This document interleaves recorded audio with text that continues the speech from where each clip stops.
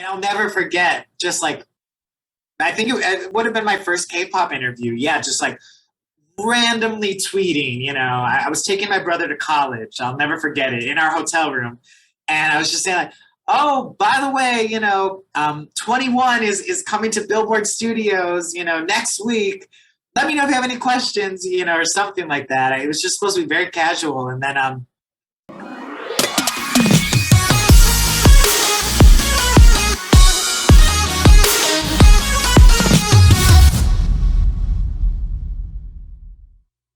Hello and welcome to Talkback on episode 10, where we go behind the studio class with top creators in K-pop. We have our host Jay Chong, who is an award-winning producer and composer. He paved the way for Asian music to go global. KAIROS, award-winning producer and CEO of Decade Plus Music Publishing. And I'm KO, the audio engineer behind your favorite records. We're going to kick off the show with this week's circuit board, and we're going to be going over parallel processing and other interesting ways to use it in your next project. When we come back, we will introduce a very special guest today. So let's get started. Hey, what's up guys? It's KO here. Today on Circuit Board, we're going to go over some advanced parallel techniques. So let's get right into it. Alright guys, today I'm working with some samples. I have a vocal sample, snare sample, and a snap sample. And I feel like we can get a little bit more creative than just kind of mixing it as is. So I'm going to play this vocal sample real quick. And let's see what we can come up with. Back when I was broke. Nowadays, distortion is a huge part of adding in new colors, some harmonics, and some different kind of character as well too. So what I like to do a lot to experiment with vocals that need a little bit more edginess or even want to dirty it up a little bit, I like to add some distortion. Now, the biggest problem with distortion is sometimes the low end kind of makes it very like muddy and not really pleasing to hear. As you can see, what I've done here is duplicated the vocal sample track, and instead I've added a EQ with a high pass and a low pass filter, literally just taking the high mid range and boosting the high mids around 2K right here. So let's hear how that sounds just by itself. Back when I was broke. Okay, cool. So now we have this telephone effect. Let's compress it a little harder. Back when I was broke. Now that brought it up more.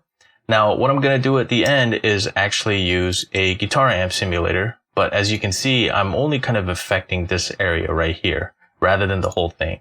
So now, back when I was broke. And that gives it a really cool vibe. If we mix it with a dry sample and lower it down in volume, back when I was broke, it gives it a cleaner sound. Now if I play it without any of the filtering or the compression, back when I was broke, you can hear that it kind of muddies it up a little bit. There are a bunch of ways that you can get creative with parallel processing. Some people know about parallel compression and even using some sidechain EQ. However, just know that you can do much more than just sidechaining EQ or even compression. You could even add EQ to affect that compression, which is what a de-esser does as well too.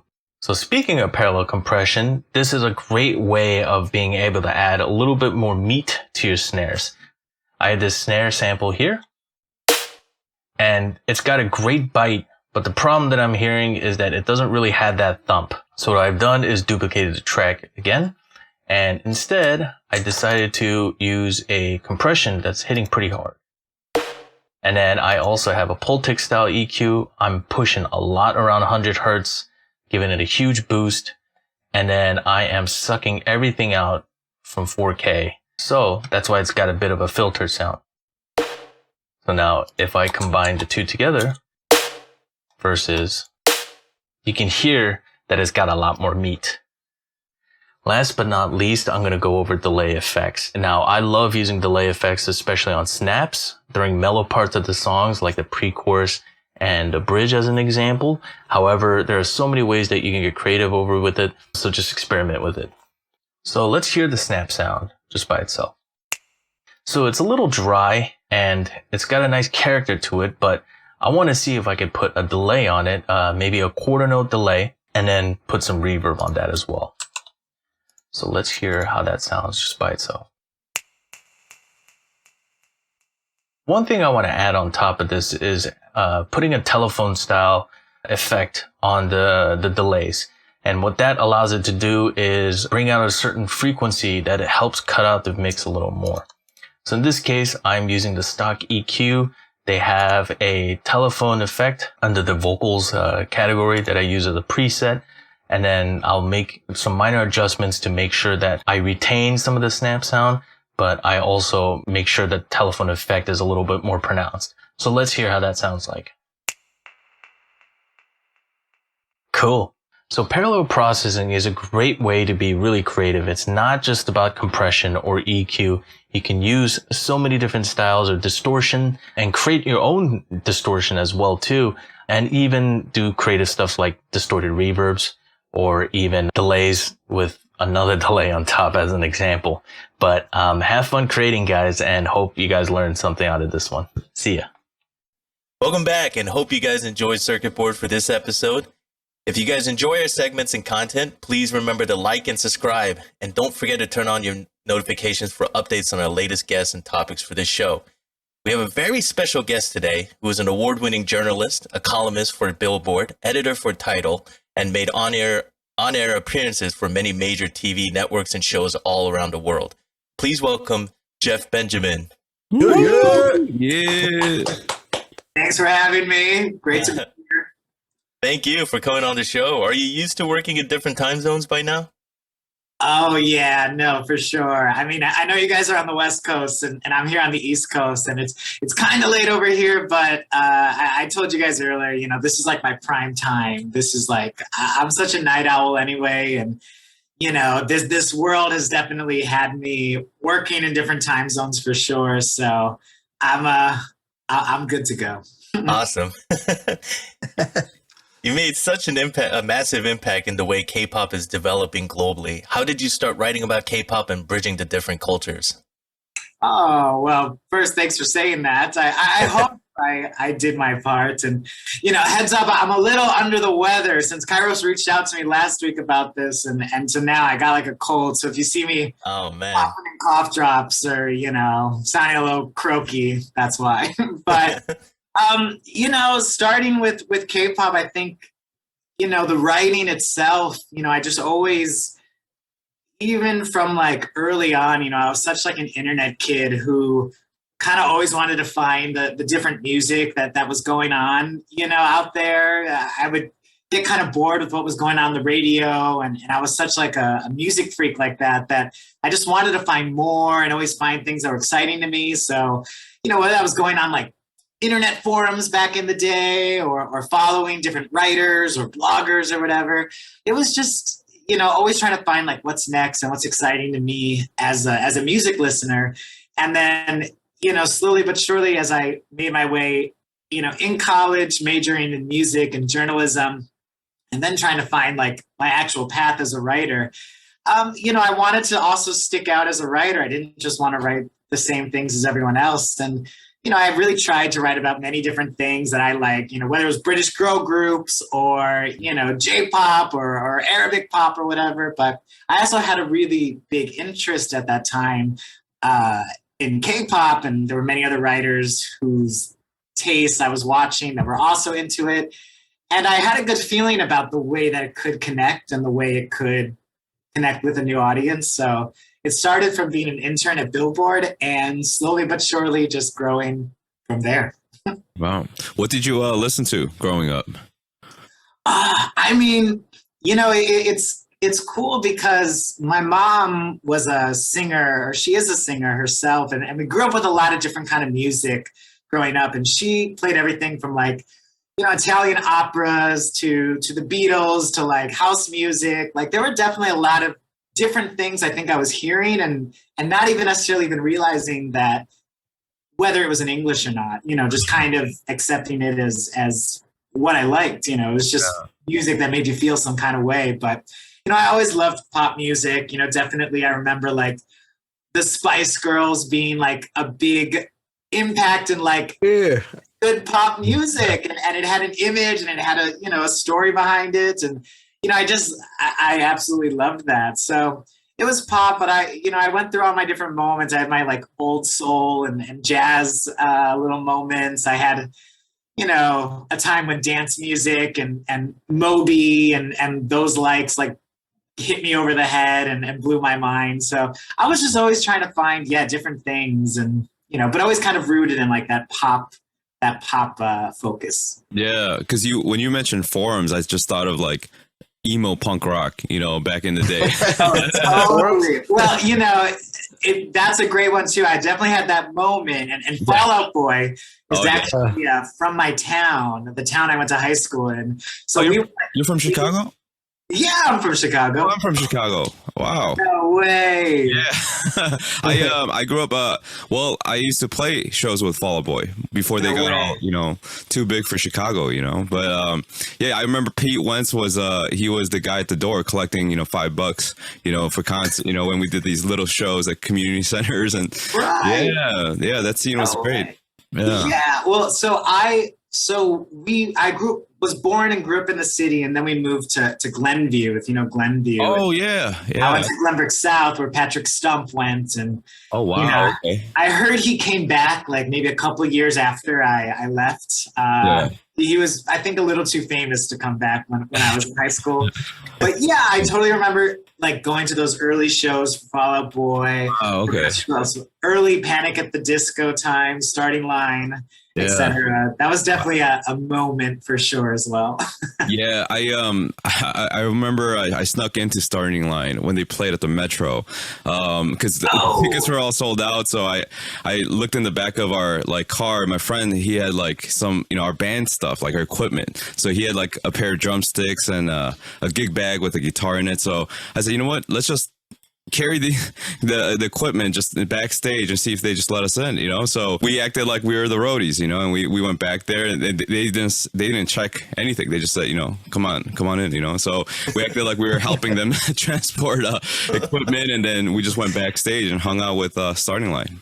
There you go. Let that be a lesson to anyone. Well, probably K-pop is maybe a little more, might have a little better security, but but that was totally, and that was a great time too, because I remember being so excited by like this new sound and this like new kind of like community and fan base in that way. And I remember seeing one of those shows, being like shocked at the mosh pits, and I was like, this tiny little 14-year-old at the time, and didn't know what I was doing, and but it was a great experience, and whatever it might have come to, like perfect example of just kind of going for it and diving deep into the music.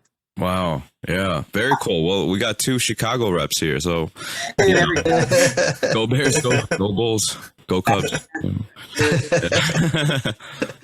Nice. So which K-pop band caught your attention?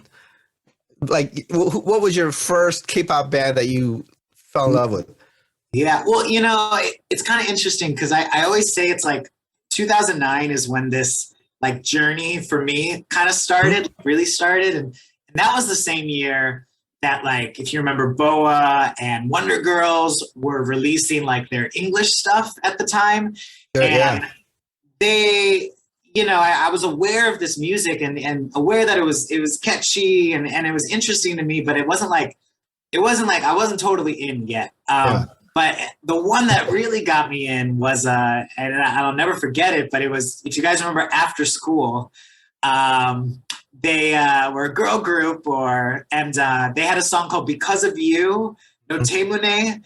And it like just kind of blew my mind. It was this song that was like, it started as a ballad, but then it had a beat to it, and then it became a dance track and a pop track, and there was rapping and hip hop and dance break in it and auto tune. It just had all these elements of music that I loved, and I remember like my mind was just blown at the time, being like, oh, pop music can sound like this. And yeah, ever since that song in particular, I remember that's how I sort of started getting into, who is this group? Well, who are the members? What's their back catalog? K-pop moves so quickly. So before I knew it, another album was already on its way. And there was just so much for me to get into, like, really quickly. And it was literally just because of how the writer who was writing about this music described the music. And that's what made me want to listen, literally download it from whatever forum or, blog I was on, and just go for it. And then, and I was just kind of like, I still remember that moment. Yeah, in my college bedroom at the time. Yeah, it's like you said, like 2009. I moved out to Korea in 2008. So like right before this whole thing kind of started to take off. Yeah. So like I worked in Korea, like, you know, in my 20s, like during the 90s and 2000s. And then all of a sudden one day I just said, let's pack my bags and just move out to Korea again. So in 2008, I went out there. And like you said, like, you know, Wonder Girls, Girls' Generation, like the first wave of like what we know as K-pop now, right? I think even the terminology K-pop came out around that time, actually. You know, before, yeah, before that was just called Gayo, basically, or like Daejung Gayo, right? Right? So, you know, the whole terminology K-pop came out around then, and you know, to see it go from there to like, I think it was like 2012 was when it was really taken off, like globally. And the whole Hallyu movement started. And yeah. Well, yeah. I always say a big part of my, you know, career or story was like, it was really good timing. Like the year I graduated from college was 2012. So that year that Gangnam Style happened and everything really blew up. And you know, there was a lot of good things happening at the time. The previous fall, Billboard Korea was established. They started a K-pop chart. 2012, those first artists were charting albums in Korean. That was like Big Bang and Girls' Generation. And Girls' Generation did their US deal. There were a lot of things kind of in the works sort of happening. And then Psy came and kind of, blew it all out of the water. Yeah. Well, I think... we all sort of had this kind of a friendly competition amongst all the music producers and companies to go to America, you know, and I think everybody was sort of like planning, you know, their own strategies to get out there, and like, you know, we were trying to figure out who's going to be the first, you know, is it going to be YG, SM, JYP, and then all of a sudden Psy comes out of left field, just like completely destroys it. You know, in 2013 or 12, I forget what year, but it was nuts. So I think he himself was shocked, you know. So, I think so too. And you know, like it was so funny because I remember even like it was becoming like this term with, you know, at least on the media side, they were kind of noticing, okay, you know, K-pop, this thing K-pop, like doing well on YouTube, doing well on social media, you know, like let's, you know, dabble in it. And I remember writing Rolling Stone's first K-pop article, and it was, you know, 10 artists most likely to break America, which is like kind of like almost like a funny article nowadays. But back then it was like, you know, it was very, you know, kind of groundbreaking in the sense of like, okay, not only are we going to give the platform, you know, Rolling Stone, so well known for like rock and roll and, you know, these kind of like legendary guys or whatever, but like, they're going to break America. But as you can imagine, it was like filled with 21 and Girls' Generation and, you know, Beast. And I threw in After School in there because I was really pushing for them. But yeah, no one like would have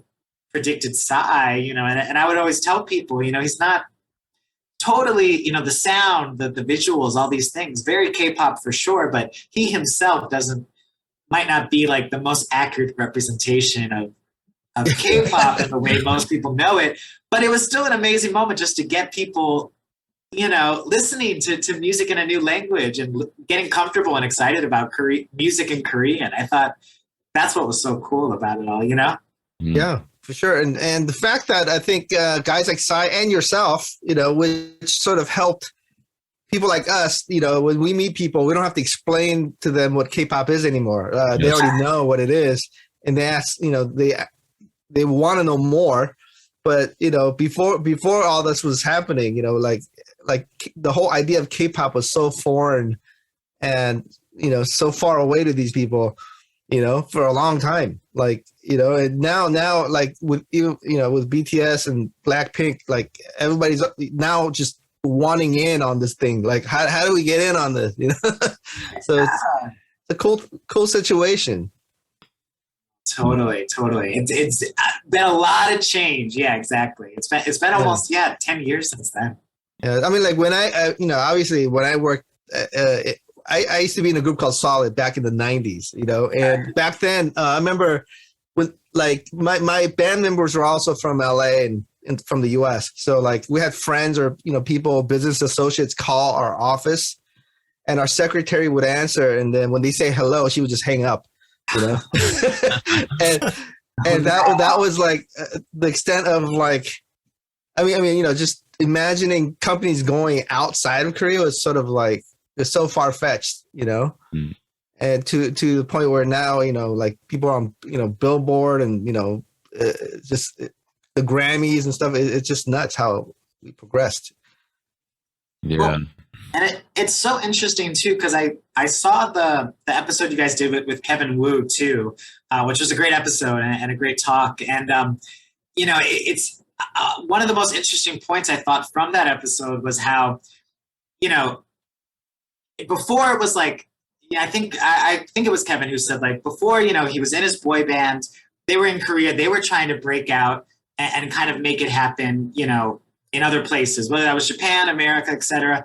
But now he said, as a soloist, and now in the time that he's in, he's kind of taking the K-pop elements he's learned in his work and in that generation that we've been kind of talking about, and now is bringing that to this, I don't really think it's called like US pop, but kind of bringing it to the industry over here and bringing elements that definitely work and definitely helped him hone his skills over here. And, that goes to the music itself. It goes to the strategy, the way the music is being released, the way the content is being released.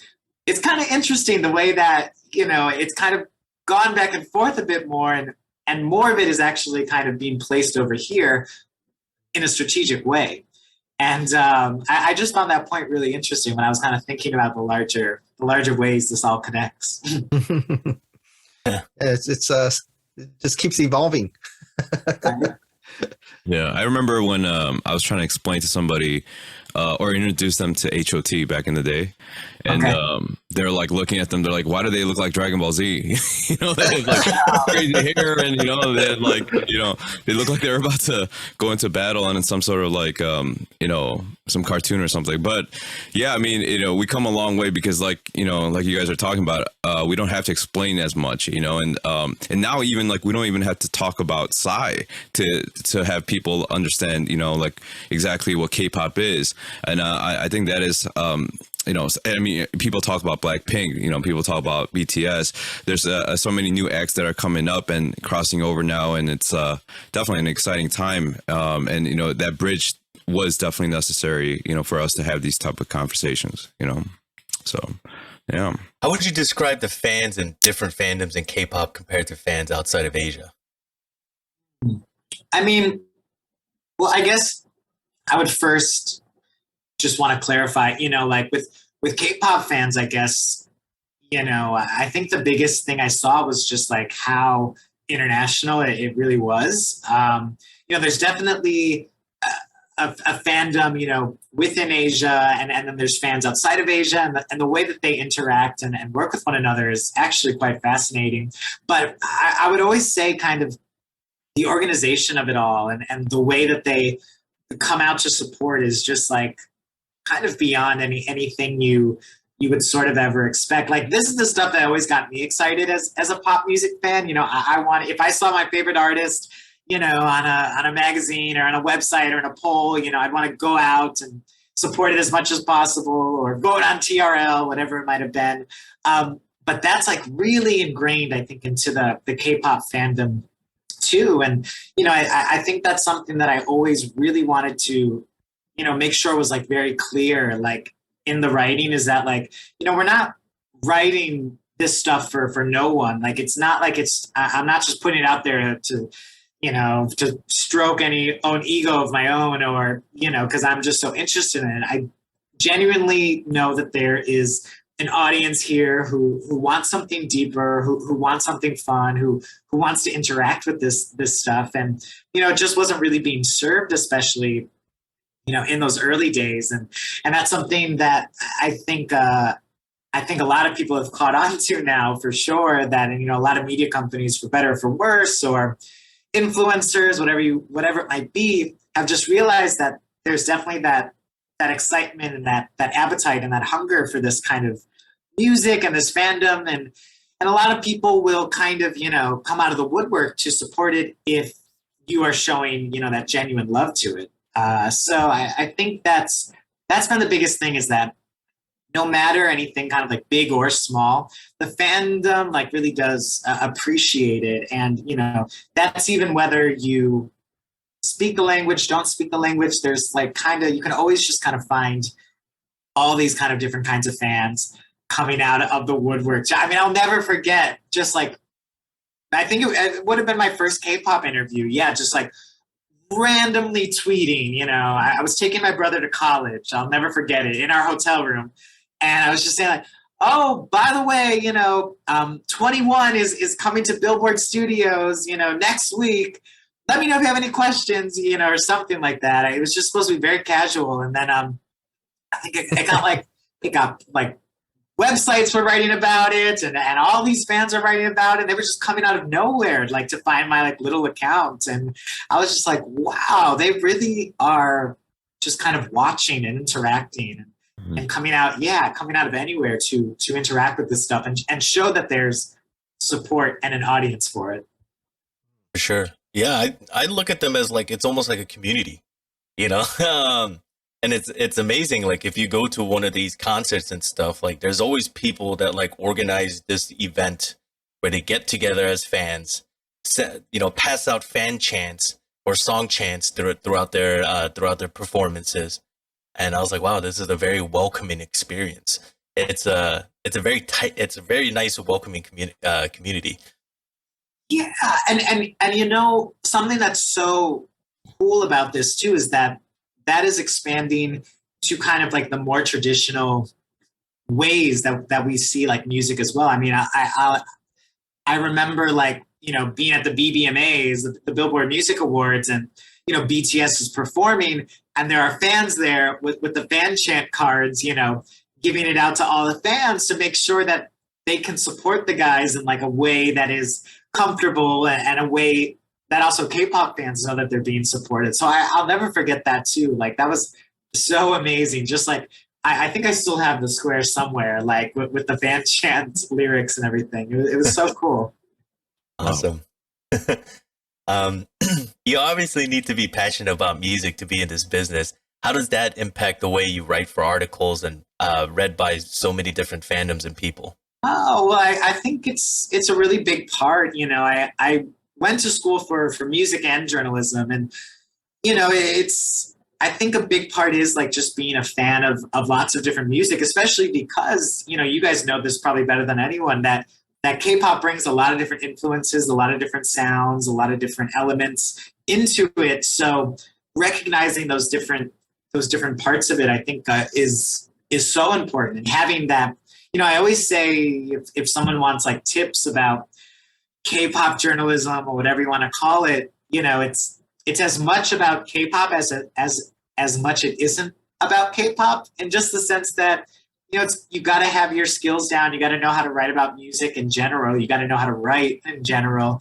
And, there's so many things I think that go beyond just, this being specifically about K-pop, but also just being about, music in general. So, I feel like I definitely, I love R&B music. I love dance music. I love all kinds of music. So I was always like the kid at Billboard, and the intern who was just volunteering for as many different stories as I could, just trying to learn as much as possible and get as many opportunities. So, whether it was like, talking to Robin Thicke on the phone or going to like, some MTV Unplugged for some like indie, rock band or something. It was just trying to learn, as much as possible and just soak it all in and hopefully take those experiences and just get it so.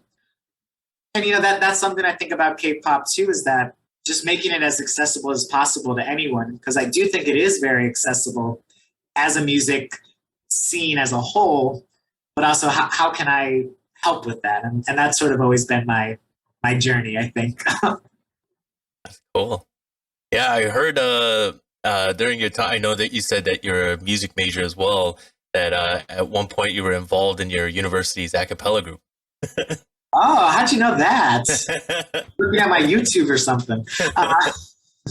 Yeah, I don't know if I would say I'm a singer, but I was in an a cappella group, and I was the president for 2 years actually, and Wow. that was just an amazing thing too, because it was like some of my best friends are from that club, and it was definitely a nice way to just like unwind, twice a week, just meeting with people who were great, sing for 3 hours together. Didn't sing any K-pop then, but I have heard that some groups are doing it these days. So I mean, being in an a cappella group, you're gonna need you're gonna need really good ear for it too. So, I hope so. I like arranged one or two songs. I could hang a little bit. Awesome. Do a lot of producers and songwriters read your review on their work? I hope so. I mean, I should have said it earlier, but I want to say, to you guys too. It's just great, talking with you guys, because I'm a fan individually of each of you guys too. Jay, very much aware of your Sabin project, and Oh, wow. Bernie Cho, who's distributing you at least internationally with on DBF, DBS, DBSF, I think it is. DFSB. DFSB, correct. Do you know what that stands for? DFSB Collective. Please keep me updated on your projects, and I really like that the Sugar Honey Tea song, and wow, thank you. the last one you put out too. It's on my workout mix. A-Light. I'm really bad at song titles. Yes, A-Light. Yeah, thank you. But Do you know what DFSB stands for? no. It stands for the Funk Soul Brother. That's what it stands for. Remember Fatboy Slim song? Funk Soul Brother. Funk Soul. Yeah, that's where I got it from. It means nothing. That's how I was like DFSB. Well, yeah. He always keeps me updated on your project, and something I always really loved about the way he even spoke about your projects too is he's like, it's not even really about K-pop per se. It's about just bringing more representation and more sounds to this world, and I love what you've been able to do and what you've been doing. So great to meet you as well. Thank you. Kairos, we've met each other at the K-Cons, of course, and finally getting to chat. So great to talk to you, and Ko, I know you're the man in all the engineering, and I think you might have worked on this one record that I really, really love. Is it Hamong Kim or Kim Hamong? And it was called "See You Next Summer." I was I kind of helped out. I believe that is the song that you're talking about. I can't really remember the exact title for it because we had a demo title, but. Possibly that might be it. I was looking at who was following you on Instagram, and I was like, "Oh, Hamong's on there," and that's one of my. I think it's this timeless record that I really love. I sing it all the time. Awesome. I just want to say, to you guys, whether or not if you read it or whatever or things like that, I'm just a fan of you guys too, and that was something that was kind of cool even to find early on in this writing. Is I remember the Underdogs were doing early stuff for SM Entertainment, if you remember, and talking to them about working on an EXO record and working on a Girls' Generation record, and knowing their past stuff with what have you, with Justin Timberlake and Jennifer Hudson and Chris Brown and whatnot, and then hearing about how they're working in the K-pop world, stuff like that. It just totally got my rocks off in a really fun way, and it's just cool to see. So, I wanted to keep, uplifting that community. And now there's just so many people working in this space now. It's almost tough to keep track who's really there for the genuine reasons. But it's cool to see. Yeah. I mean, we're a huge fan of your work too. I think, aside from us trying to shed light on what goes on behind the industry, you're also a voice of what we've been trying to kind of live live with our purpose, trying to really show what it's like to be in the K-pop industry, but more importantly, just how the music is made, and for us to really have that be part of our lives, So appreciate you being able to come on, and it's great that you're here. You make our jobs much easier. Jeff. Like I said, we don't have to explain to people what K-pop is, and it's people like yourselves who are out there, constantly like evangelizing this whole cultural thing, which is great, And I think what's interesting is like you've been there from the beginning of the whole K-pop, the new wave of K-pop movement till you were kind of there at the very beginning of it until now. So like you were there firsthand, kind of reporting on this whole thing globally, and and exposed the whole K-pop movement to the global audience. So you played a huge role in that.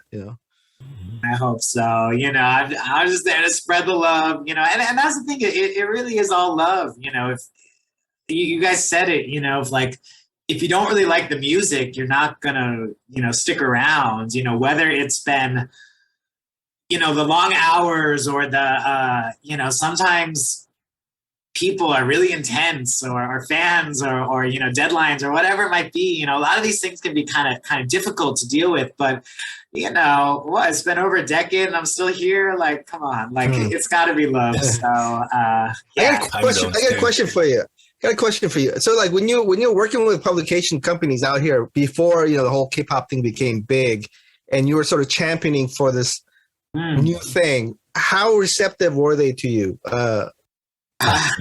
It's funny because I really, it was just like, it was tough. It was really tough. I mean, I'll never forget this. Like, I had this editor at Billboard at the time, and I was pushing it a lot, and she said, "Stop trying to make K-pop happen. It's not going to happen." And I was just like, you know what? I have a really good feeling about this. And she works at Pitchfork now. That's her scene. I don't think she saw the whole vision, but it was just kind of like, there was definitely a lot of, it wasn't even necessarily like older, or rather, I think younger people were pretty, they saw those metrics. They saw those like traditional metrics, like YouTube metrics or social media metrics, and they saw that this could be a thing. It was more so like that old guard who would kind of say, why would we write about like this group? They're not even in America, or things like that. And I'd say, well, One Direction isn't in America. Justin Bieber isn't in America. Like all these things were happening, and it was just kind of like this moment where it's just kind of like, if a door's shut, okay, well, I just realized I just had to kind of prove it like that much more. And I knew I had all the statistics. K-pop had done the work. We knew that it was able to successfully, transfer over to Japan, etc. There was a reason that it was expanding beyond Korea. It wasn't just this homegrown thing, and that stayed in one place. There was definitely opportunities, and I just always looked at the metrics, and I love numbers and I love statistics, and I always kind of just watched the numbers, and whether that was the Billboard charts or the YouTube numbers or the touring numbers or KCON attendance, all these things were indicating that something was happening. So if I didn't get them on the first try, I'd say, I knew you weren't into it the first time. Here's where their statistics look like now. And that's even where I lead these days with bigger pitches. I say, they got, 1.3 million on TikTok. They got 500,000 on Instagram. They got blah, blah, blah here. Let me show you this YouTube, 15 million, 5 million, whatever it is, And I just feel like those things are kind of undeniable. Whether or not these people have biases or they're closed-minded about music being in Korean or artists being from Asia, whatever it might be, if the numbers are there, you can't really debate that, Yeah. That's where I always came from with that. But I totally had people like, oh my gosh, it would get me like so down for like, and I don't know why I took it so personally, but but I would get pretty like sad about it. But I was also very lucky that I had like the Billboard column that we launched in 2013. That was very much my space to, those things played a huge role in what it is today. Well, and I'm really lucky, and I'm glad that people kind of trusted me, and it was like it trusted me to write those things, but also like I had a lot of help from my people in Korea, the people at Billboard Korea, huge helps, and some people I'm still friends with today, just helping me understand, I can't always be writing from like the American perspective, but also like keeping in mind what's actually happening with K-pop in Korea and things like that. And, just always kind of keeping all these worlds in mind. Yeah, I think there's definitely a lot of, unbelievers or skeptics, for a long time. I think even myself, like when I was out in Korea, they're like, we're going to try to take this K-pop thing global. And a part of me was like, is that really going to work, right? And then then I saw it to actually start to take effect, around 2010, 11, 12, and then it just started just going, and it wasn't until I think I saw the fan base here in the U.S. and in Europe where I actually, had this realization like, this is actually going to happen. And, because I think at one point there was more fans of K-pop outside of Korea than domestically, right? I think still is, right? I think there's still more fans of K-pop outside of Korea. And this was kind of a new knowledge for me back in, I think it was like 2011, 10, it was when, like TVXQ, they had like one of the biggest fans. It was the Guinness Book World Record. Yeah, they were on the Guinness Book of World Record for the biggest fan club in the world. And you're like, wow, majority of them weren't Koreans, right? And so that was sort of the catalyst for the next thing that just came along and just it snowballed into something much, much bigger. But, I got to be honest with you. Like, I think around 2009, I was still kind of skeptical about the whole thing. Like, I think China, Japan, these kind of areas maybe, but the U.S. is a whole different ballgame. And I think the world here has changed a lot too, where I think 10, 12 years ago, U.S. was very different, and I remember, like when, artists would come out here and they just get bashed on, these comment sections on Google, Yahoo, like people just getting slaughtered right back in those days, and now it's just kind of like, it's people are a little bit more open to new things and kind of, even US has become more progressive in that way. Yeah. And there was such such structures, that I don't think were serving anyone, that we definitely like shook ourselves away from, even if you were like a British band, most of the time you'd come, if you decided you were, going to America, you'd come here for a week, basically, go to the morning shows, go do a couple signings, and then you go back to the UK and that was sort of it. It wasn't these crossover, sort of that we talk about nowadays. It's much more multifaceted. I think there's a lot more going on. There's a lot more ways to connect and just actually needing to physically be here now. And I think that's kind of like the beauty of it all. And even the pandemic, this past year, it's been so interesting to see K-pop get so many like traditional media opportunities, like TV opportunities. And I feel like these TV shows are actually preferring these K-pop stars filming it on their own because it just looks amazing, and then sending it to them so they can just air it on their own whenever they can. But because it used to be just you have to be in town, you have to be in LA to be on the Ellen Show or be on the Today Show or Good Morning America, what have you. But now it's like, okay, there's more options nowadays. And I think back 10 years ago, I think Korean artists were trying to assimilate into the US style-wise, trying to be more Western or kind of be more like Americans to kind of be an artist here, right? Whereas now they're just kind of accepted as they are, which is which is completely a different thing, you know.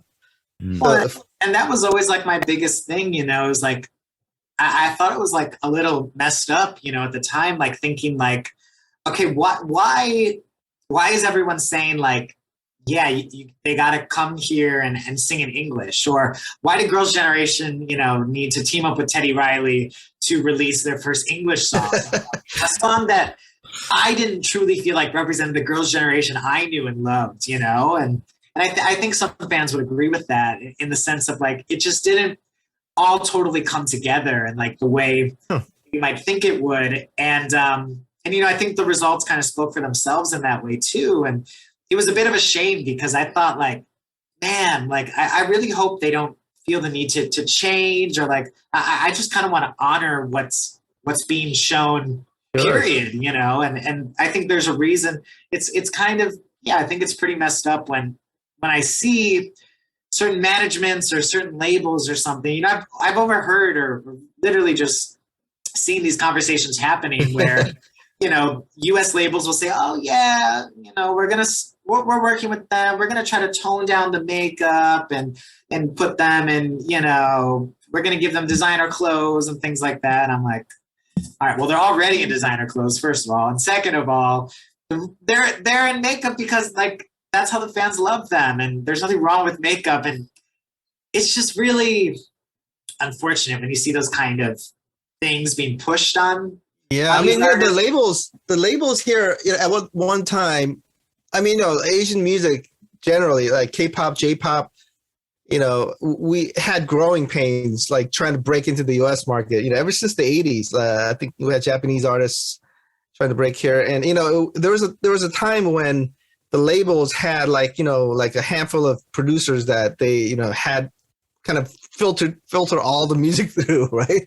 So like whether it's a J-pop artist, they would come here and all of a sudden they have a song produced by Timbaland and it sounds like everything else that's out here, and they just get buried, you know? And what I liked about the Latin music movement in the late 90s was that they came with their own sound, right? And I feel like that's what we're doing now with, you know, BTS and all this new wave of K-pop that's coming as is, right? With producers or music being produced in Korea.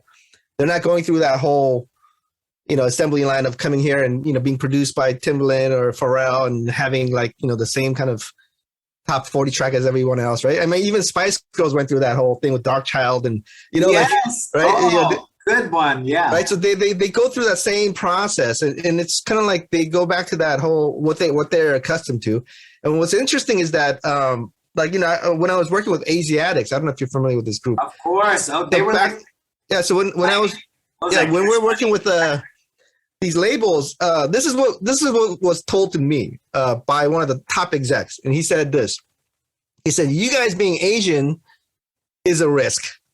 You guys doing something new is double the risk, right? So that's why people, you know, so when they take a risk on, you know, betting on an Asian artist, they would at least try to minimize that risk by bringing in something familiar, like a producer, like, you know, Rodney Jerkins or, you know, like, you know, Timbaland or these kind of people, and make like a very familiar sound.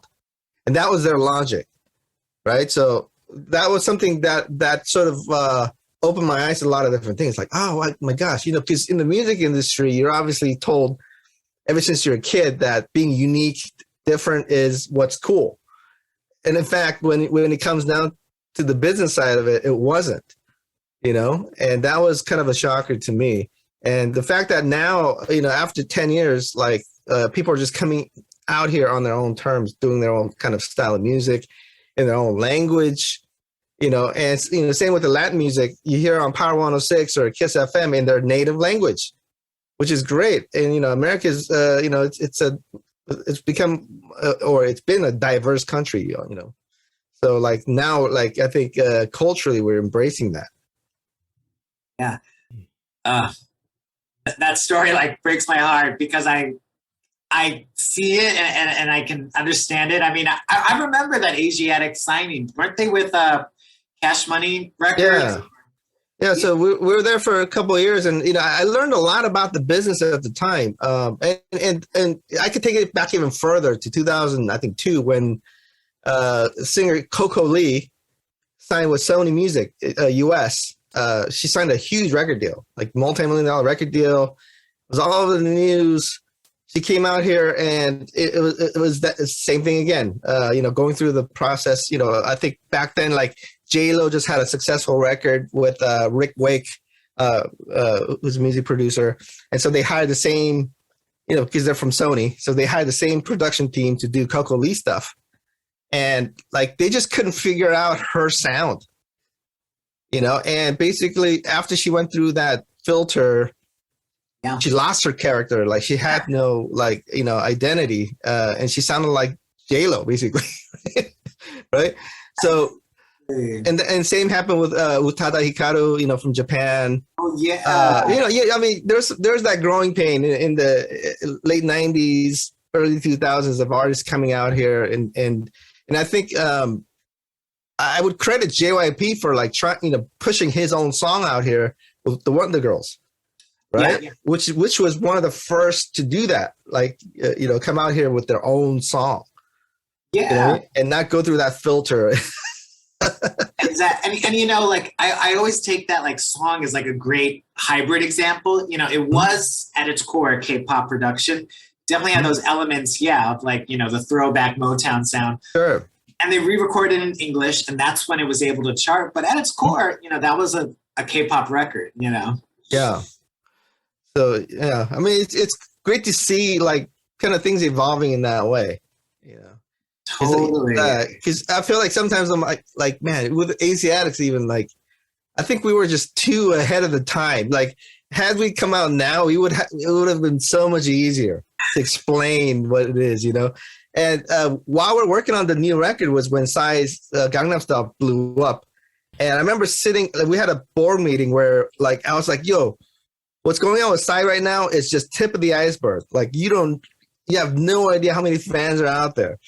Right. And he didn't just beat out J-Lo on YouTube. He broke the meter on YouTube, right? He broke it. That was a publicity stunt, but yeah. And it was just like, hey, there's more coming, and and they weren't buying that at all, So, but now, like, the same people are like calling me up, like, hey, about that K-pop thing you're talking about, Because now, during the pandemic, K-pop was probably one of the only profitable, like, concert business in the world, right? Oh, right. And now everybody wants in on it, which is great. So, it's great, of course, but like, I also just like, it's now like almost at the point where like you have to be like selective and like who you're going to like give that time to and who is really there for the right reasons. I'm seeing so many, whether it's like PR companies or management companies or labels, dive head first into this, and they're signing, acts, jumping to collaborate with acts, and then you can very quickly kind of figure out who gets it and who's really just kind of just trying to jump on the ride. And it's kind of like the gold rush. What'd you say? It's kind of like the gold rush, like everybody's like, hey, it's gold over there. Let's, We're Bitcoin. That's what.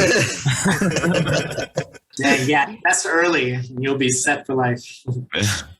Yeah, but I agree. I mean, like, I remember, just kind of being in this fork on the road where people would say, hey, like, if you're going to come out to LA, let's focus on the radio out here, like the top 50, the top 100. And, when I tried to introduce K-pop, I remember, one of the mentors that I used to spend a lot of time with, he said, hey, like, why would you focus on minor league when you're here in the majors? You're working with, some of the biggest names out in LA. Why are you bringing up these K-pop acts? And I had to make a difficult choice because, I could have worked with some of the biggest names, continue to grow with, different teams out here. But I remember I decided to decline one of the biggest projects in my life to work with K-pop. And one of the first groups that I directly worked with was 4 Minute, and it was a crazy time because 21 was huge. There was like a lot of new development coming out, and labels were starting to pop off, and so it was hard because coming from Chicago, there wasn't that outlet. We didn't have a lot of different connections to the music that was coming out of Asia. It was more scarce in a lot of ways. So when I came out to LA, I was probably one of the first to try to get K-pop moving, because I was kind of bouncing back and forth.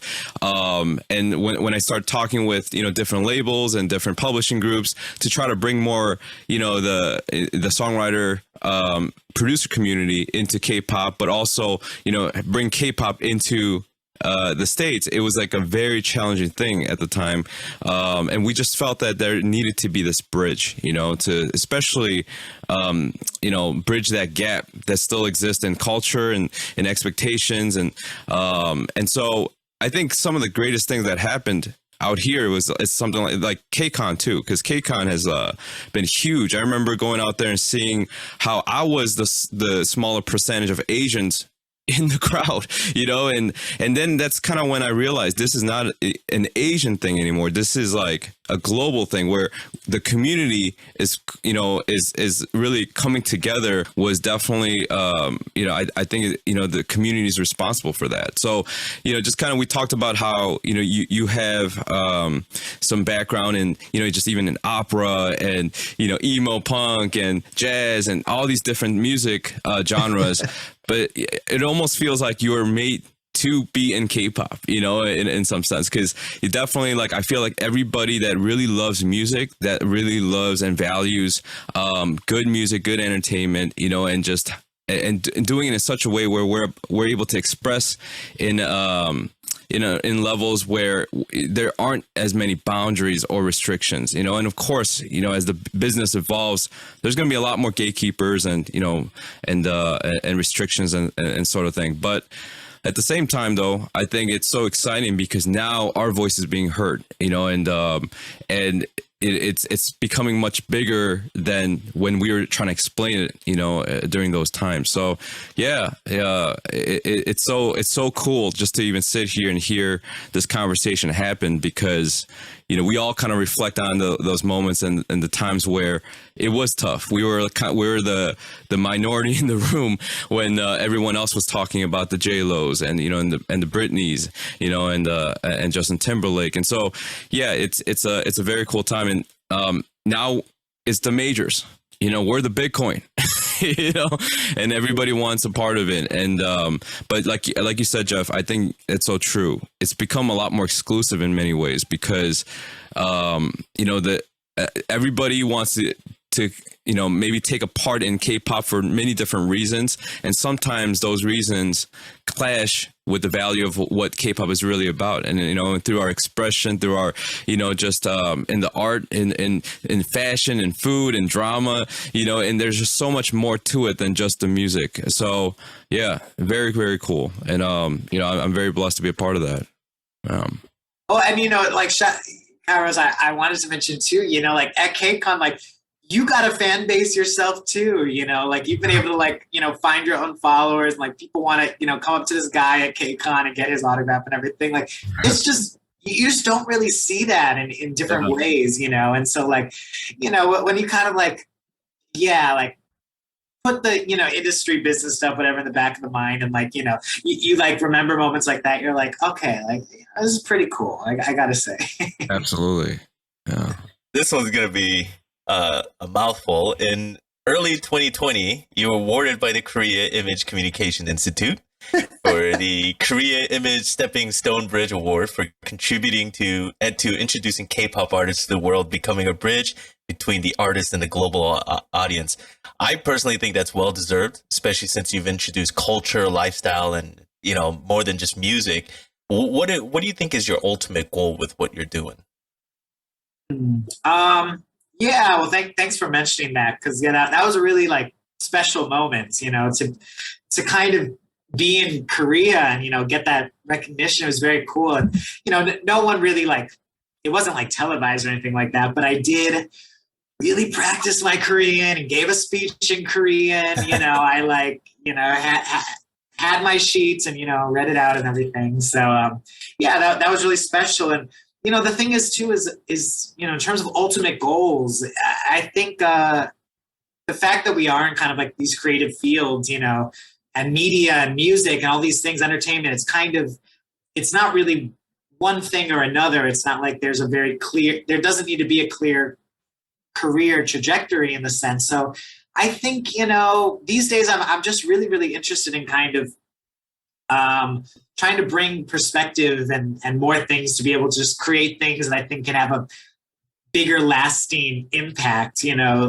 Over in 2020, I helped launch 2 magazines with a partner of mine in Korea, and one is like an art magazine, kind of like trying to showcase more of these up and coming, more art based, still in K-pop, but also, he also is very in tune with like the Korean art world and including graphic designers and models and things like that. And then helping launch Rolling Stone Korea has been really cool with that as well. But also, I've just kind of realized, maybe like one day, hopefully, working more directly with artists or whatever might that look like, that would have to be a big career change, of course. But, I just think like that there's deeper ways, I think, to make impacts, or rather I'm feeling like I just don't really want to, I don't really want to go to press conferences anymore and just, write up the 5 quotes that every other news outlet is going to write about. Like I think there's people who are doing that now. They're doing it great. And, I can kind of find more things I think I can be better suited to. And, things that get me really excited are like the fact that like, Universal Music and Hybe and are teaming up for like this, potential boy band, new group television project, or SM and Mark Burnett and this other television project. Like there's just so many ways that this world is growing, and there's so many like opportunities of the ways things are going. So much so that like I kind of,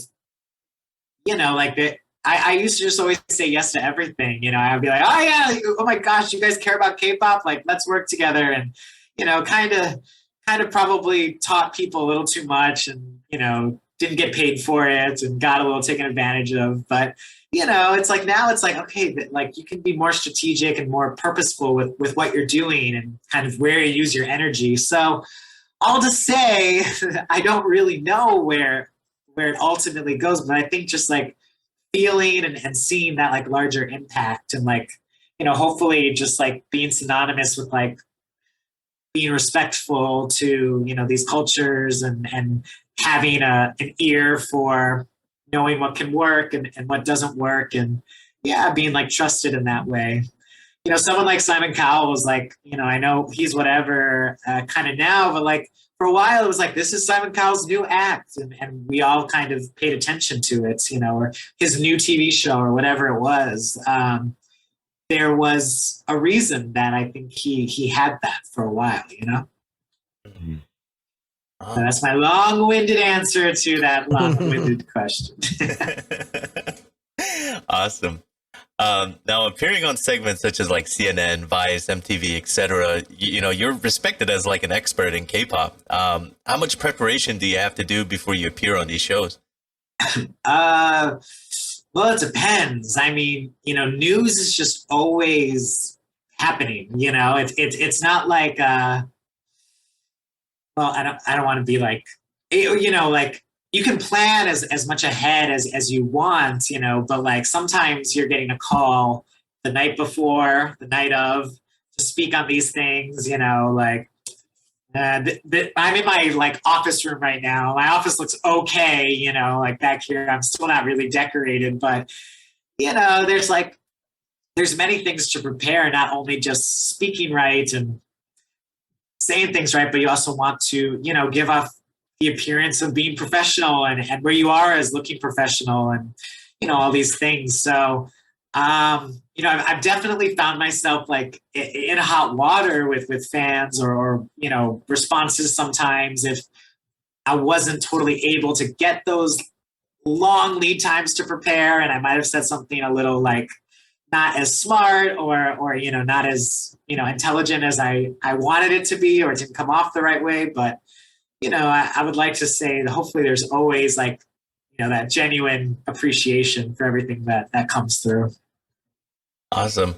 Yeah, being on news, it's kind of like your one-shot take, right? Do you guys remember that one video of that one analyst on CNN? I think he was doing a report and like his babies walk into the room. Oh yeah.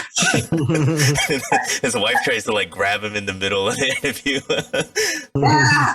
Well, right. And that's the thing is like, you know, it's like these things can just, well, and you know, I'll never forget my first time on CNN, you know, it's just kind of like you go off like it's like fight or flight mode or something. But, you know, I don't want to like call out the host or whatever, but it was not like the greatest topic to talk about. You know, this is when unfortunately a K-pop star had passed away or, you know, had killed himself. And the details seemed, and, you know, right off the bat, this guy's first question is, you know, did K-pop kill Junghoon of SHINee? And, you know, what if I had, you know, gotten caught up in like that, like sort of like little like TV trick, you know? Oh yeah, it killed it. You know, like what was I gonna say? Like, oh my gosh, you know, and you know, my answer, which was a true answer, was, you know, take it back a step. You know, K-pop. We've had that same year, you know, 2018. We had, you know, we lost a lot of great musicians in America. Chris Cornell, Chester Bennington of Linkin Park. You know, that was all that same year too. And you know, it was definitely like that sort of like gotcha TV moment that I think they were trying to sort of put me into. But, you know, like it's just kind of like, if I had misspoke on that, you know, like that could have been just like so detrimental in so many ways, I think. But I really, hopefully I answered it right. And, you know, I could kind of catch those TV tricks even back then, but it was like still kind of like my dad always brings it up. He's like, "Oh, remember when that guy tried to catch you?" And he said, "Did K-pop kill this guy?" And I said, "Oh my God!" When he put it like that, yeah, I guess so. It was. Wow. In the moment, you just got to kind of roll with it and go for it. Do you have any words for aspiring writers or journalists that want to pursue a career in the space and world of K-pop? I mean, like I was saying before, you know, like it's as much about K-pop as it isn't about K-pop. You know, make sure your skills, you know how to write, you know what your viewpoint is, you know, you get, because I even remember like, you know, I had this crappy, terrible blog, you know, when I was just starting out and, you know, really wanted to pursue journalism. And I just wrote on this blog every day and even recognizing how much my writing had changed from the blog to, you know, my first internship to then finishing the internship. You can writing, I think writing is really difficult. I have a lot of issues writing these days. I don't know why, but it's just difficult. And getting yourself on those paths and getting, you know, that muscle going, I think is really important. But also, you know, honoring what you know and what you love as a K-pop fan or, you know, Korean culture, whatever it might be, you know, all those things, you know, and those special things that you can recognize and talk about are really important and I think valuable to the space. You know, you're not just going to come off as some generic writer. You're going to bring something special. People are going to recognize that. Your readers are going to recognize that. So, you know, as much as I say, you know, have your skills, be able to write about anything, be able to write about. And that was one of the best pieces of advice someone told me is that, you know, be able to write about anything, but also have that specialty that you love and you can be known for. And, you know, people told me, we think that's K-pop with you. And I said, okay, you know, all right, I'll go for that. I'll accept that. And that was like, you know, just something I always really tried to honor and really just sort of keep it pushing in that way. So, yeah, just kind of, you know, I think ultimately that there's a game to play for sure, but also going down your own path and writing the things you truly believe in and are passionate about is going to be, I think it's going to win out in the end. Awesome. Great. Do any of you guys have anything that you would like to plug or mention? Come on, Jeff. Share them your social media, your YouTube channel, so they can see all. They can share fact check all share the your questions handles. I ask. Well, I love, whether you're a K-pop fan, music fan, whatever it might be, person in the industry, I just love talking to people about this stuff. So if you say hi, I mean, I love Twitter, I love Instagram, whatever it might be. Totally say hi, and we can totally like follow each other and talk more. I just want to say too, with me personally, I think I want to back up what I was saying earlier and just hopefully show everyone kind of deeper, more things I want to show. I want to show bigger and better things. Just hopefully go a bit deeper into this world and show more projects, different kind of things, bring K-pop into these different worlds that it still has yet to get into. So hopefully people will stay tuned and expect bigger and better things. Awesome. Yeah, I just want to make a shout out to Jessica Unju, who she and I are part of a song from Enhypen's next album released, Dimension Dilemma. The song is titled Attention Please, which is dropping on October 12th. So please check it out. Yeah. To hear that album early, I think I remember liking that one in particular. Awesome. They're cool, and I think that album is selling like hotcakes already, and they're cool guys. I really have good feelings for them in the future. Oh, awesome. Yeah, cool. Thanks to you for that. Thank you. It's awesome seeing you and being able to do this with you because, as we talked about just even before, it's another side, right? It's bringing K-pop into light, and we do it through means of music. You're doing it in so many different ways as well, too. So it's cool how we're able to converse about this. One thing to take away here, guys, is, we talk a lot about doing this out of love and, for passion. But, one thing to note is just, with love comes hardship, and perseverance is key. Hardships is also another sign and something that you will always bump into to your road of success. So don't let that be a distraction. Just keep pushing forward and reach for that purpose of yours. Thank you guys so much for tuning into our podcast. Please remember to like, subscribe, and turn on that notification. Until next time, see ya. Bye.